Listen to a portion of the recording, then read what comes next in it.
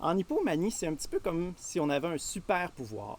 Hein? Dans le fond, notre cerveau il va vraiment plus vite que la normale et c'est incroyable le feeling de revivre après avoir été en dépression.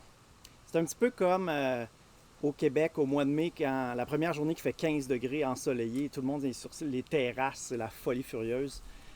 Pourquoi? Ben parce que l'hiver a duré 9 mois puis on n'était plus capable d'être en dedans. Un petit peu comme la même chose après un confinement, quand il y a une pandémie mondiale. Bref, ça fait du bien quand la vie reprend. La vie à l'intérieur pour quelqu'un qui était en dépression, mais la vie sociale aussi. Quelqu'un qui sort d'une dépression, puis tout d'un coup le cerveau fonctionne, a le goût de revoir son monde, il y a de quoi à dire, puis c'est le fun.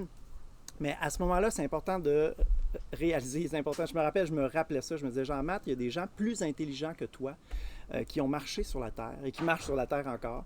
Alors d'écouter et de lire, c'est très, très important.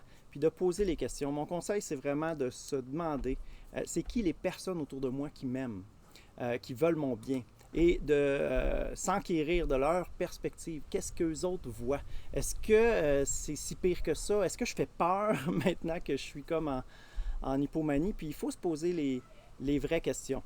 Parce que vous savez, des up and down comme ça, cette espèce de montagne russe là, d'activité cérébrale, c'est vraiment comme des claques qui sont données à notre cerveau à chaque fois. Pareil comme quelqu'un qui prend de la drogue ou qui est sous, il fait du mal à son cerveau, ça fragilise le cerveau. Et écoutez, à long terme, on se fait vraiment du mal.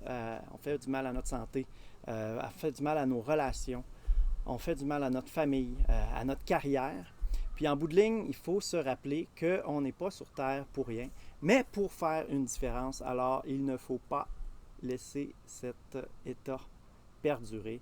Il faut prendre son courage à deux mains, puis aller poser les vraies questions et devenir de plus en plus quelqu'un de smart.